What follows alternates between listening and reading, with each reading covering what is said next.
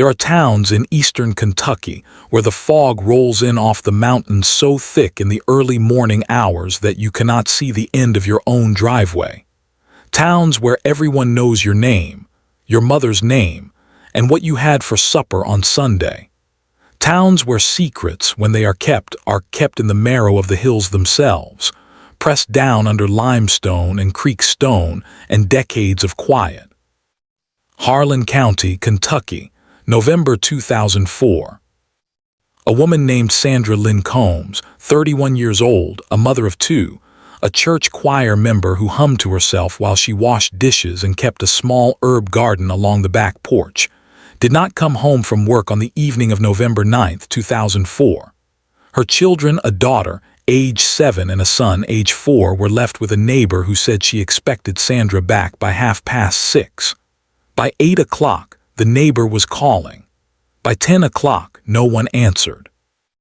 By midnight, Sandra's husband, Raymond Dale Combs, age 36, finally called the Harlan County Sheriff's Department to report that his wife had not come home.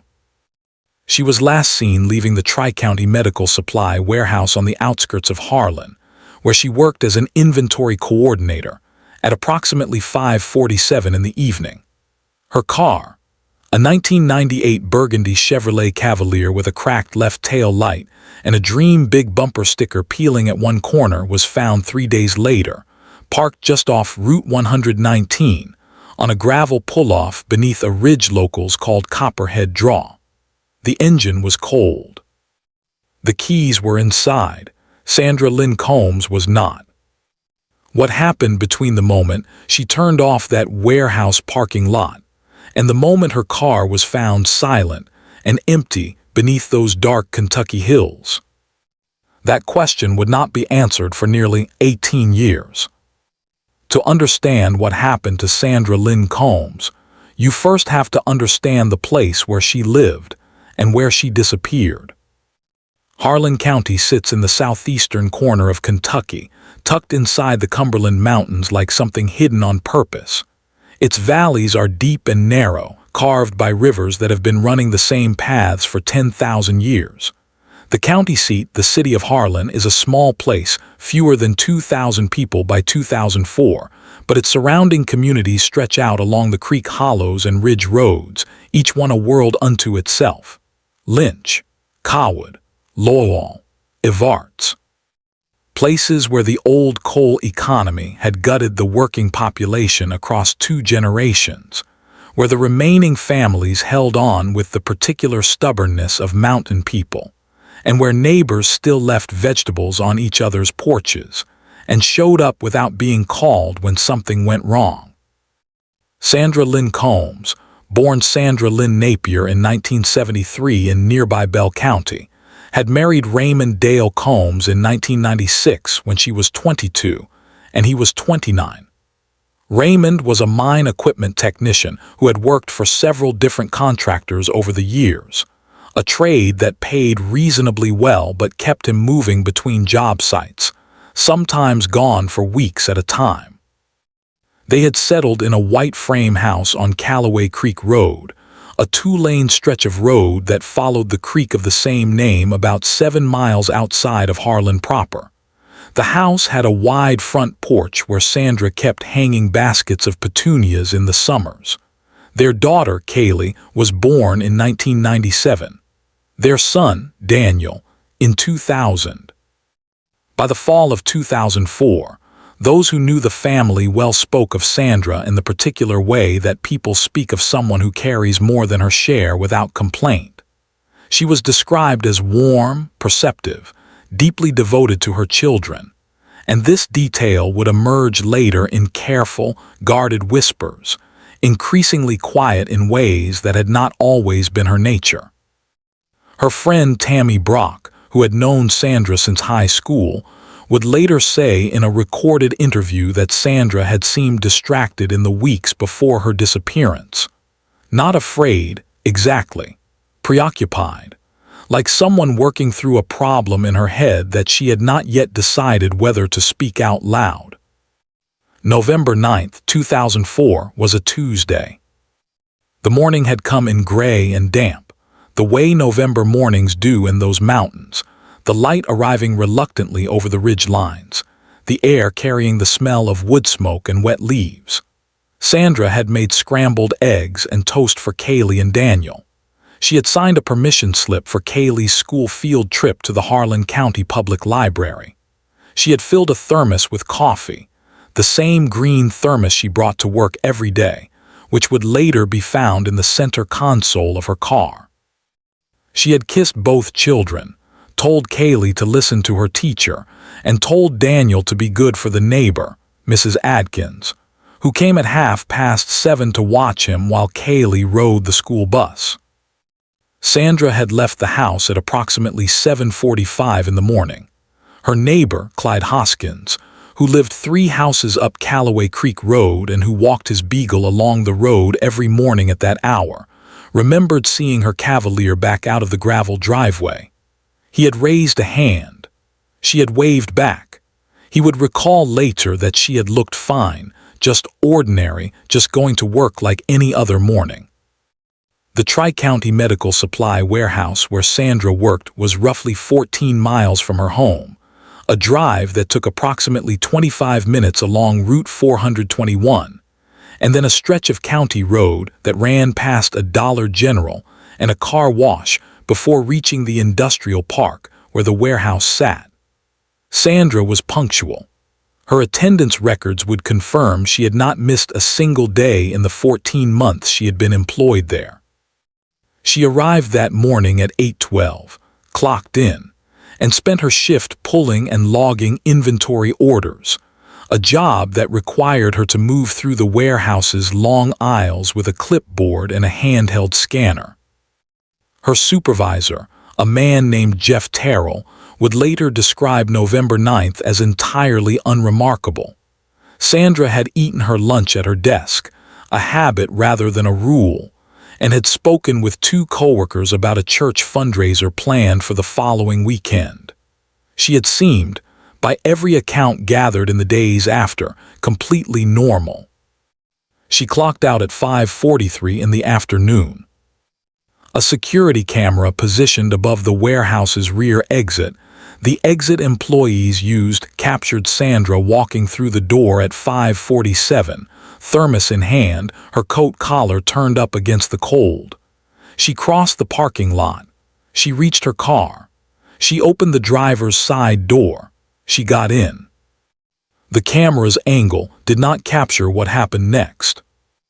The parking lot camera, a second unit positioned to cover the lot itself, had been malfunctioning for 3 days. A work order to repair it had been submitted but not yet acted upon.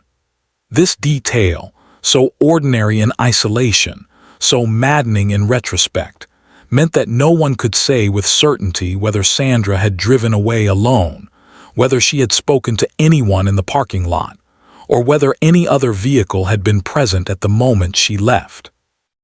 What the investigators would eventually establish, through cell tower data and a combination of witness accounts gathered over several weeks, was that Sandra's phone had last pinged a tower near the intersection of routes 119 and 38 at approximately 6:17 in the evening. That intersection was roughly 11 miles from the warehouse, on a road that did not lead directly home.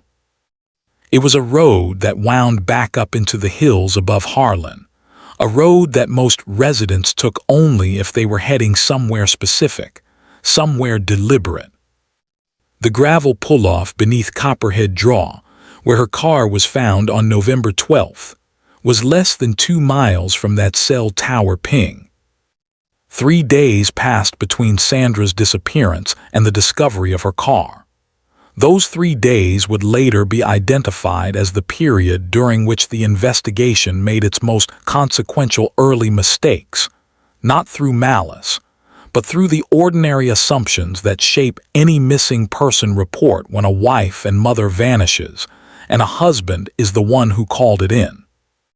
Raymond Dale Combs told the responding deputy, a young officer named Travis Huff, that he had not been home that evening because he had driven to Corbin that day for work.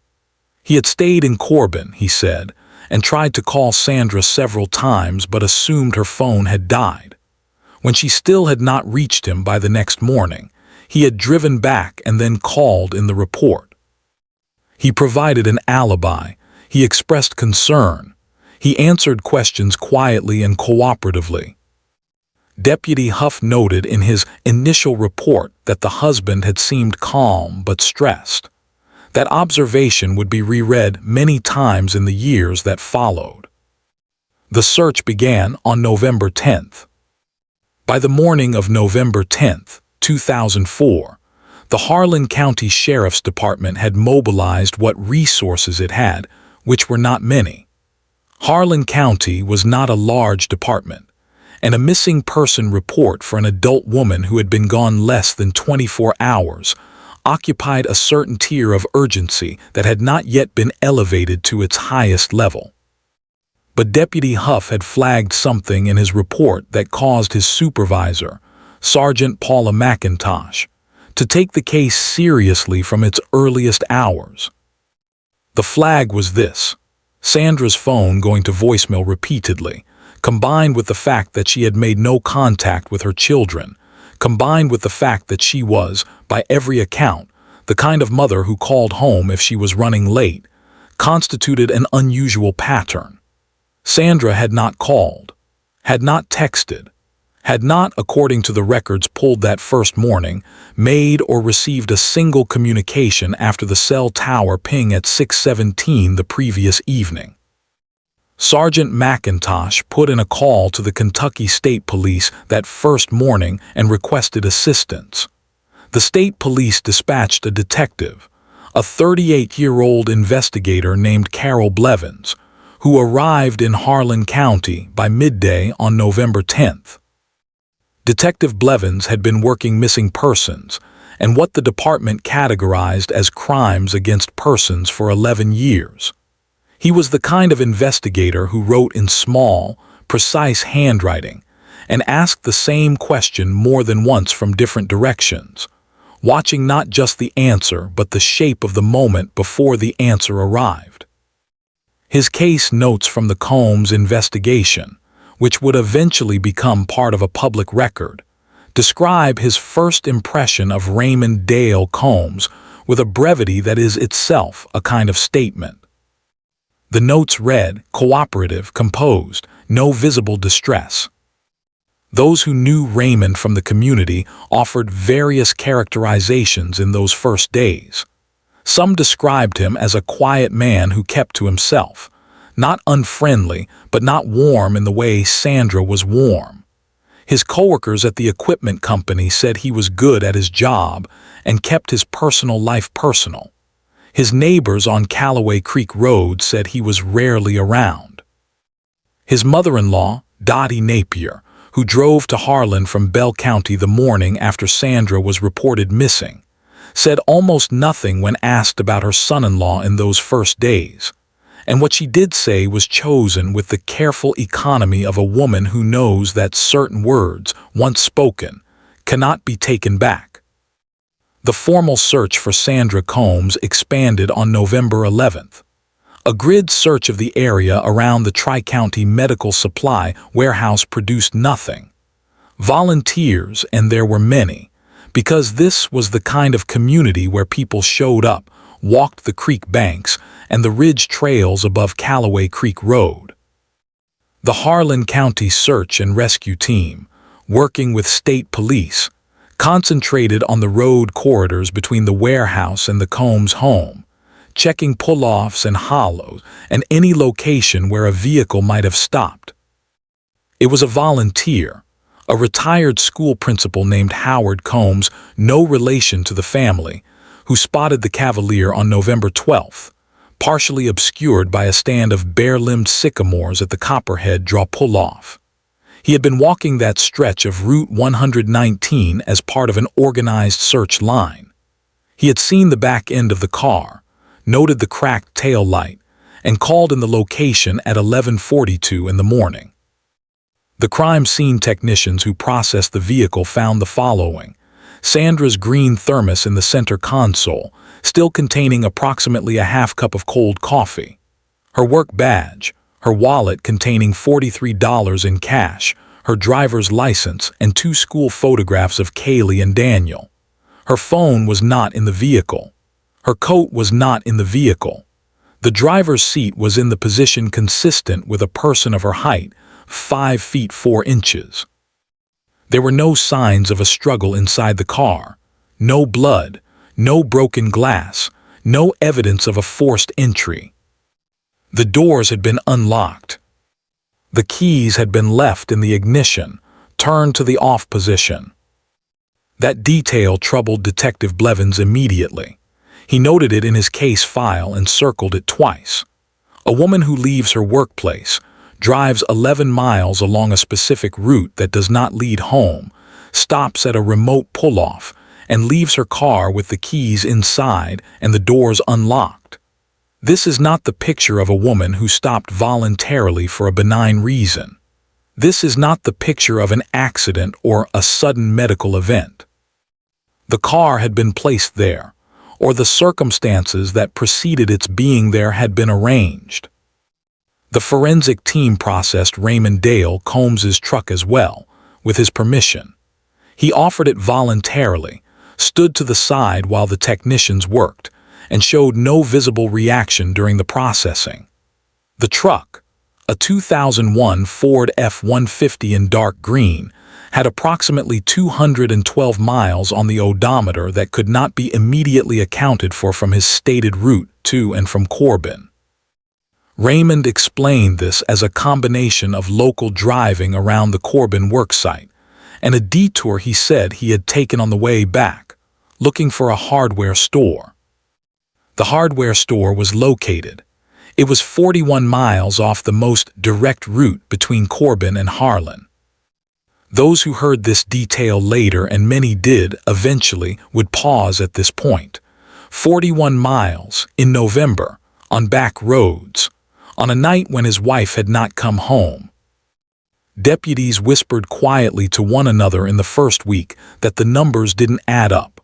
Not loud enough to be actionable, not yet, but loud enough among themselves in the parking lot of the sheriff's department after their shifts. The kind of quiet recognition that experienced law enforcement personnel develop when something in a case has the particular texture of a lie that has been prepared in advance. The polygraph examination that Raymond submitted to on November 15th was conducted by a state police examiner and later deemed inconclusive. Raymond had been cooperative in every formal interaction with investigators. He had participated in volunteer searches. He had spoken to local news cameras outside the sheriff's department with his children at his side, appealing for anyone with information about Sandra's whereabouts to come forward. His voice had not broken. His hands had been still. Clear's throat. That composure, which in a different case, under different circumstances, might have read as strength, read differently here to those watching closely. Sandra's friend Tammy Brock attended one of those press appearances and would say afterward, years later, that she had stood in that parking lot and watched Raymond speak into the microphone and had felt something she could not name, something that settled cold and heavy in her chest and did not lift. The investigation pushed forward through November and into December of 2004. Sandra's remains were not found. No witnesses came forward placing her in another location. Her phone was never recovered. A partial shoe impression found approximately 40 yards from the Cavalier was photographed and cast, but the tread pattern was so common, a standard work boot sole available in any hardware store, as to be essentially unidentifiable. By February of 2005, the active investigation had not produced enough evidence to support an arrest or even a formal determination of what had happened to Sandra Lynn Combs. The case was not closed, but the resources assigned to it were reduced. Detective Blevins filed his last active case report on February 28, 2005. He wrote at the bottom of that final report, in his small, precise handwriting, one observation that would be referenced many times in later years. This case will require either a witness or a confession. The physical evidence, as it stands, is insufficient, but the story told by the evidence we have is not consistent with the story we have been told by at least one person who knows more than they have stated. He did not name that person in the report. He did not need to. The case went cold on March 1st, 2005, 3 months and 20 days after Sandra Lynn Combs walked through the door of a warehouse in Harlan County and drove away into the evening and did not come home. Part 3. The Silence, Years Passing, Life After. Time moves differently when something terrible has happened, and the explanation for that terrible thing has not yet arrived. It does not move forward in the clean, purposeful way that ordinary time moves. It pools and stagnates. It circles back. For the people left behind in the absence of Sandra Lynn Combs, the years after November 2004 had this quality of time that could not quite commit to passing.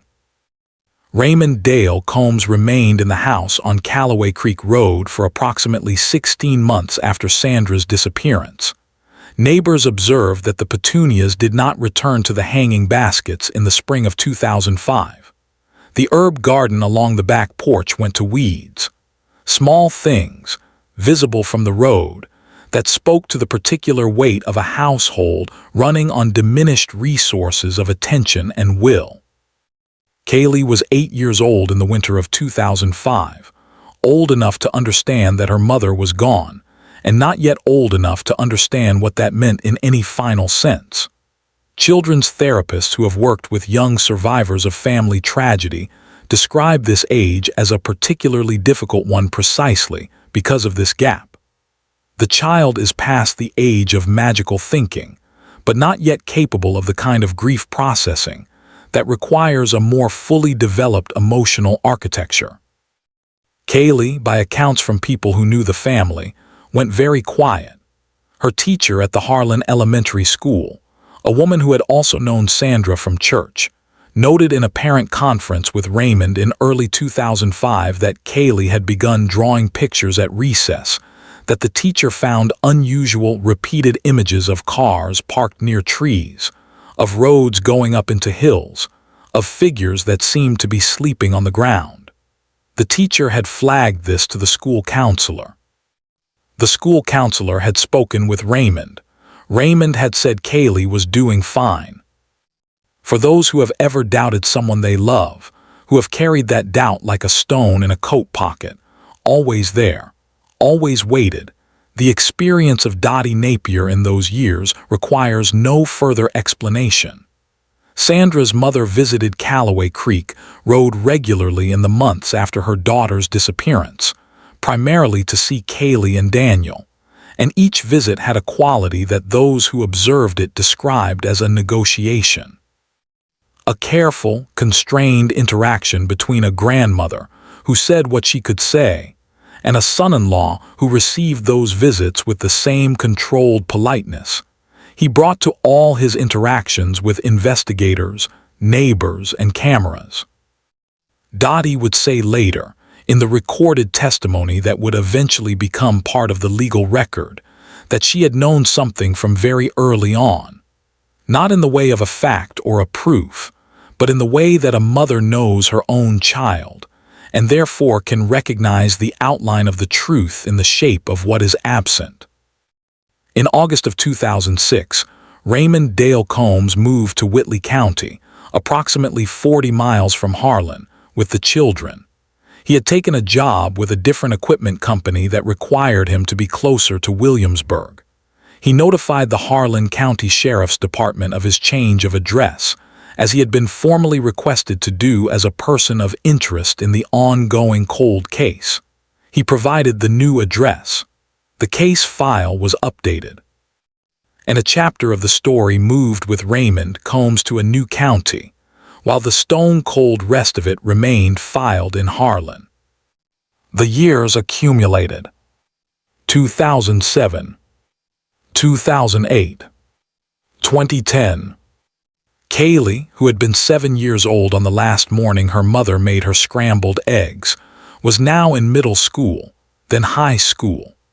Daniel, who had been 4, grew into a quiet boy who reportedly spent a great deal of time outdoors, in the woods, and along the creek near whatever house they lived in at any given time. People who encountered Raymond in his new community described him as self-contained, privately sociable, and unremarkable in the way of a man who has taken great care to be unremarkable. In 2011, Raymond remarried. His second wife, whose name does not appear in the public case record in detail, was a woman from Whitley County whom he had met through a work acquaintance. The marriage took place quietly, a small civil ceremony with no announcement. Dottie Napier learned of it through Kaylee. The marriage lasted less than 3 years. Those who knew the second wife, and accounts are limited and filtered through the later legal process, characterized the deterioration of the relationship in terms consistent with a pattern of control and emotional pressure that built slowly and then became untenable. The details are not fully public.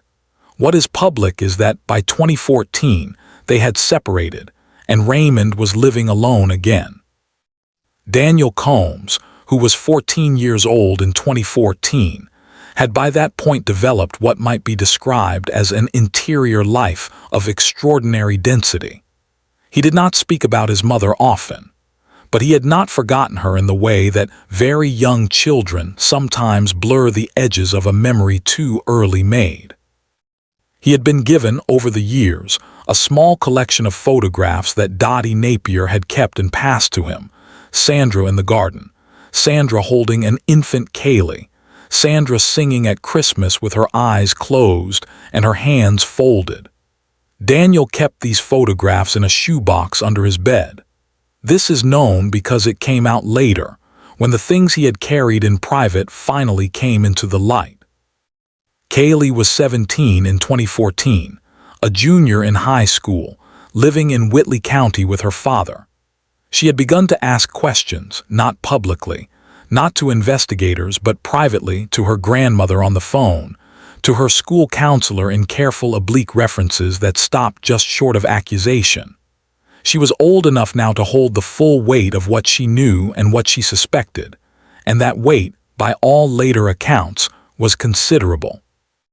In the spring of 2015, something shifted. Kaylee Combs turned 18 in March of that year. 3 weeks after her birthday, she drove herself to her grandmother's house in Bell County and stayed for 2 weeks. She told her father she needed time. When she returned to Whitley County, she moved into the apartment of a school friend rather than back to her father's house. She did not come back to his house. The swing on the back porch hung still in the spring wind. The truck sat in the driveway. The door of the house opened and closed for one person only now. And in a filing cabinet at the Harlan County Sheriff's Department, the case file for Sandra Lynn Combs, 4 inches thick, rubber-banded and marked inactive, sat in the alphabetical order of all the cases that had not yet been resolved, gathering the particular kind of dust that accumulates on things that have been set aside but not forgotten. Part 4. The revelation truth emerges. It began with a phone call.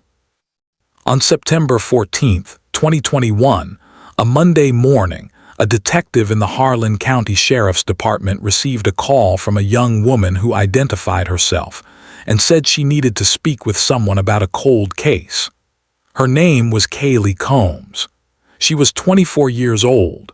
She was calling, she said, because she could no longer carry what she was carrying alone. The detective who took that call was a woman named April Wynn, who had joined the Harlan County Sheriff's Department in 2018, and who had, in the course of familiarizing herself with the department's cold case files, read the Sandra Combs file thoroughly and flagged it in her own notes as a case with, as she put it in her personal notation, unresolved geometry. The distances and timelines do not close into a shape that has an innocent explanation. When Kaylee Combs called that September morning, Detective Wynn had already requested a review of the Combs cold case file. As part of an informal initiative she had proposed to the department's leadership to assess older unsolved cases using more current investigative tools.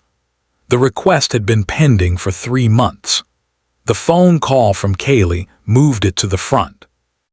Kaylee came into the sheriff's department on September 17th.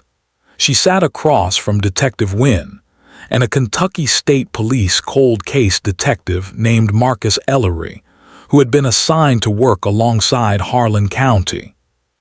She sat with her hands folded on the table, and she said, in a voice that Detective Wynn would later describe as measured in a way that clearly cost her considerable effort, that she had information she had never formally given to law enforcement, and that she was prepared to give it now.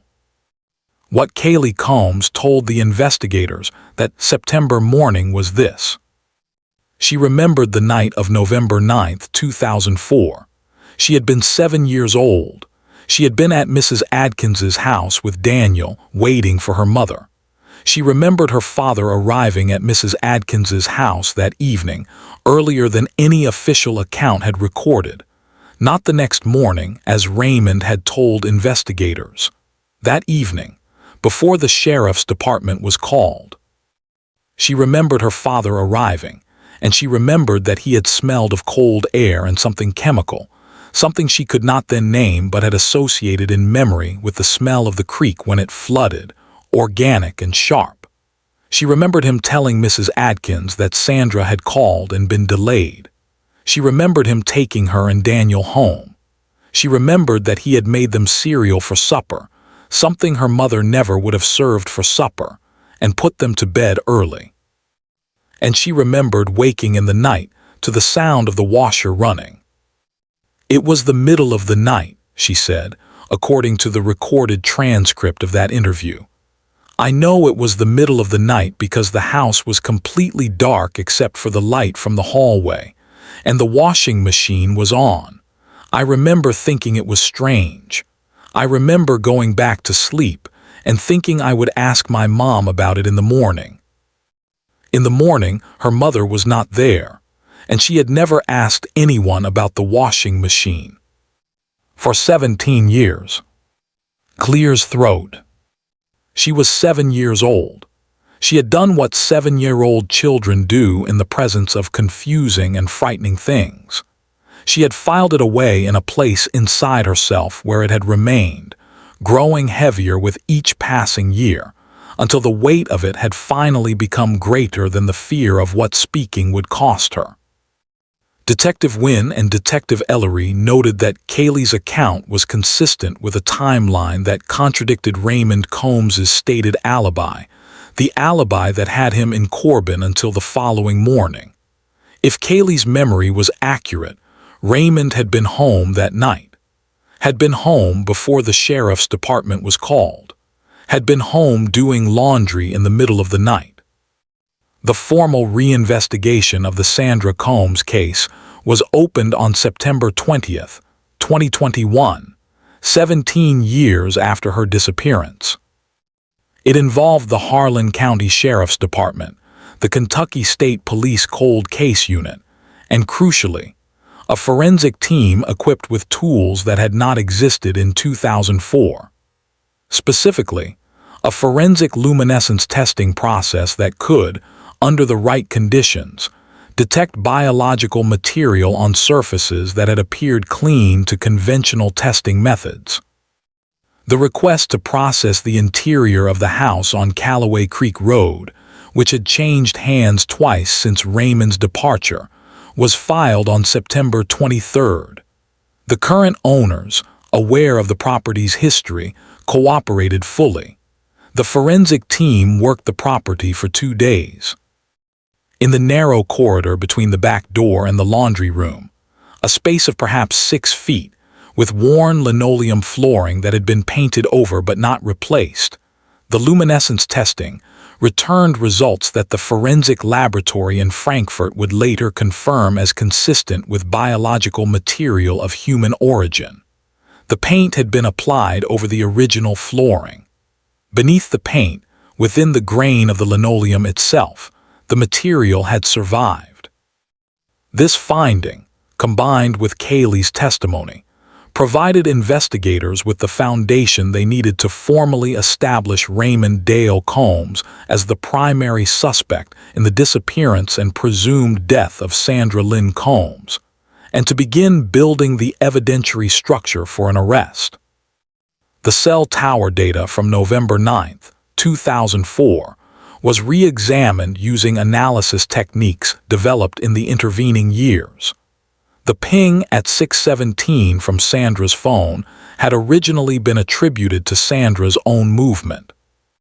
The re-examination, conducted by a telecommunications forensics specialist retained by the state police, concluded that the ping's precise characteristics were more consistent with a phone being transported in a vehicle moving at highway speed than with a stationary device or a person moving at walking pace.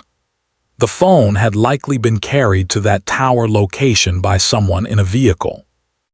The odometer discrepancy on Raymond's truck, 212 miles unaccounted for, was recalculated in light of the distance between Callaway Creek Road, Copperhead Draw pull-off, and the surrounding area. The mathematics were not proof in themselves, but they were consistent.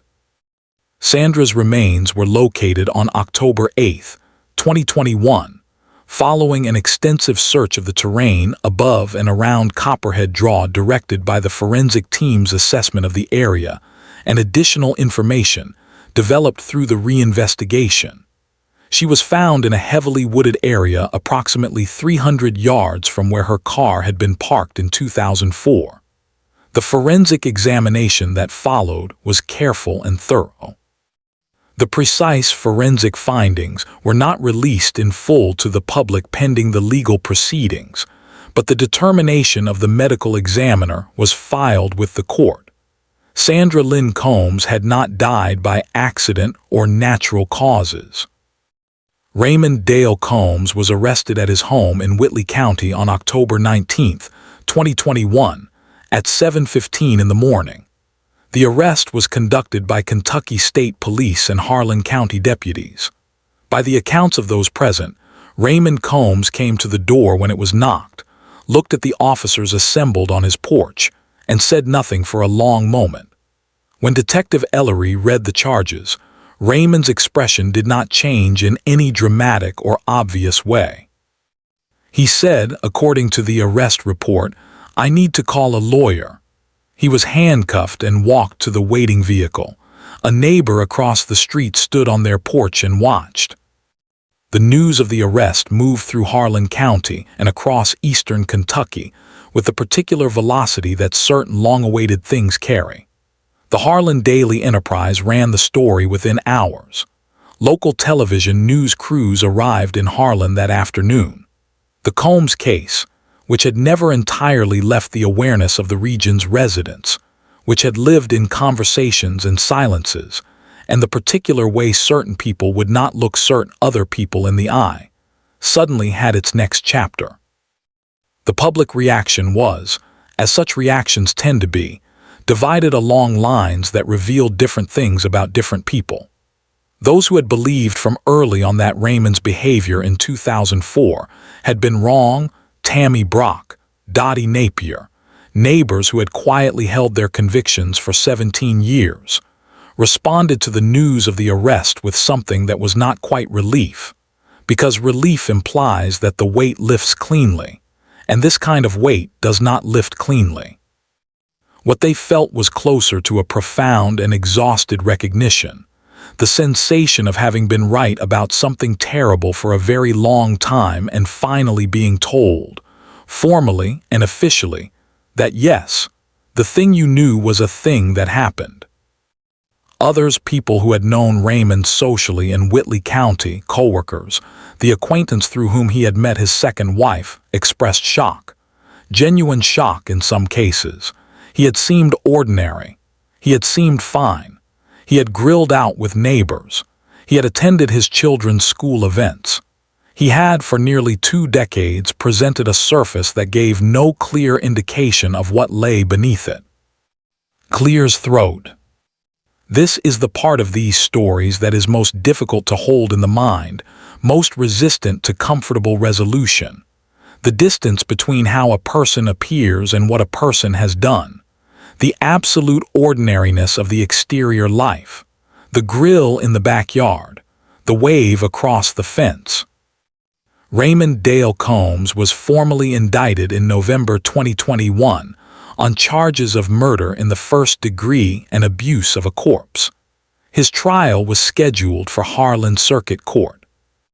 The legal proceedings moved through the Kentucky court system with the particular deliberateness of a serious criminal case, in a jurisdiction that was determined to do this correctly, that understood the weight of 17 years and the weight of 2 children, and the weight of a woman who had deserved better than to become a cold case file in an alphabetical cabinet.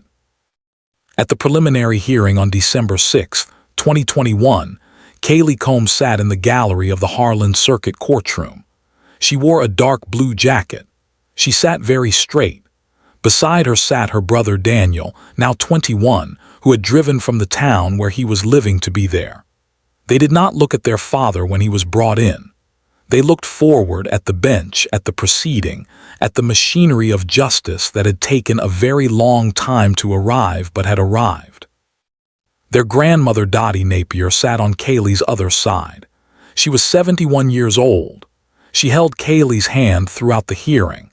When the judge read the charges aloud and Raymond entered his plea, not guilty, Dottie Napier's expression did not change. She had known the answer to the question of what happened to her daughter for 17 years. The courtroom was simply the place where the rest of the world was finally catching up. The trial proceeded in the spring of 2022. The evidence presented by the prosecution included the forensic biological findings from the house, the telecommunications forensics analysis of the cell tower data, Kaylee's testimony, and the medical examiner's findings from the remains recovered at Copperhead Draw.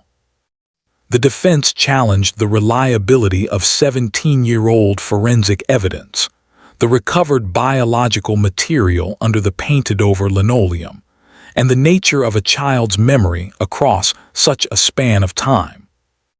Tammy Brock testified. She spoke of Sandra's preoccupation in the weeks before November 9th and of Sandra's quality of carrying things in private. She was strong, Tammy said from the witness stand, in a voice that remained steady through sheer force of will. She was the strongest person I knew, but she was also the kind of person who believed in giving people the benefit of the doubt, even when maybe she shouldn't have. On June 14, 2022, after 4 days of deliberation, the jury returned a verdict of guilty on the charge of murder in the first degree.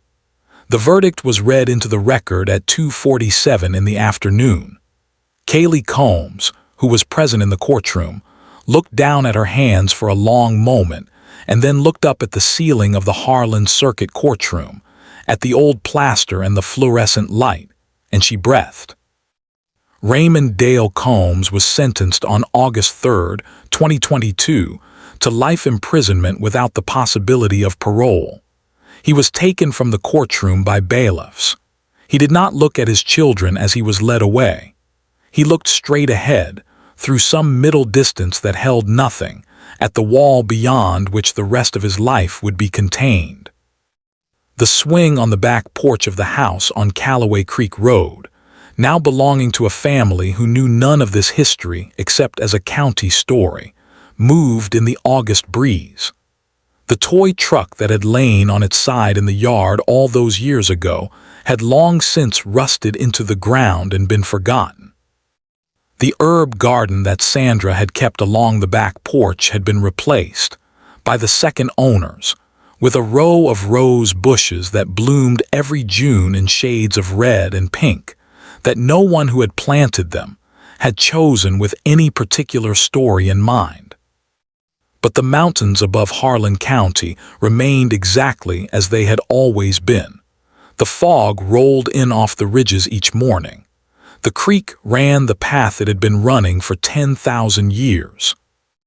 And somewhere in the trees above Copperhead Draw, where the sycamores had stood bare-limbed on a November afternoon in 2004, the ground held the memory of what had been brought to it, and what had finally been taken away from it, in the particular way that ground holds everything, quietly, without judgment, waiting. Closing. Sandra Lynn Combs was 31 years old. She hummed while she washed dishes. She kept a herb garden. She signed permission slips and made scrambled eggs on school mornings and sang in the church choir with her eyes closed and her hands folded. She deserved more than 17 years in the cold. This case, like so many that begin in small towns and hollow road communities, and the particular silence of rural places where resources are scarce and justice moves slowly, endured because of a 7-year-old girl who saw something in the night and carried it alone for 17 years, who grew up and drove herself to a sheriff's department and sat down and said, "I am ready to say what I know." Clears throat. The case of Sandra Lynn Combs reminds us that cold is not the same as closed. That time does not erase. That children who witness things grow into adults who remember. That a case file in a cabinet is not a sealed door but a door that is waiting. And that somewhere, in a kitchen, on a porch, on the other end of a phone line that has never been called, there may be someone who has been waiting to be heard, who is almost ready to speak. Not every victim receives justice. Not every family receives an answer, but some do. And the ones that do, they almost always involve someone who refused to accept the silence as final, someone who kept the photograph, kept the question, kept the faith, however imperfect and exhausted and 17 years worn, that the truth was still out there in the dark waiting to be found. Sandra Lynn Combs was found. She is remembered.